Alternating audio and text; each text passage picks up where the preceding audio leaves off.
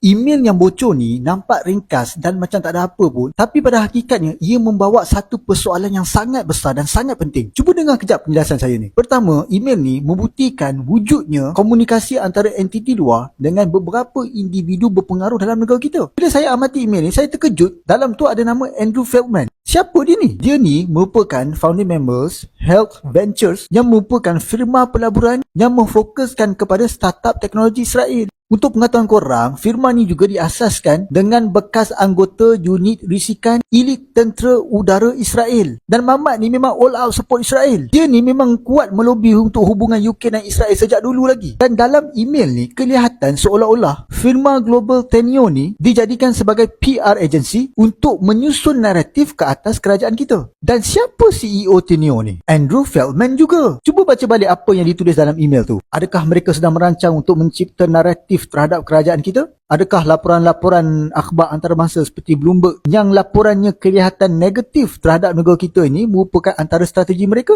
Rakan-rakan kita wajib cakna dengan isu ni supaya negara kita ni tak jatuh di tangan pelobi Yahudi dan juga pengkhianat bangsa. Minta repost dan share video ni supaya lebih ramai orang tahu tentang isu ni.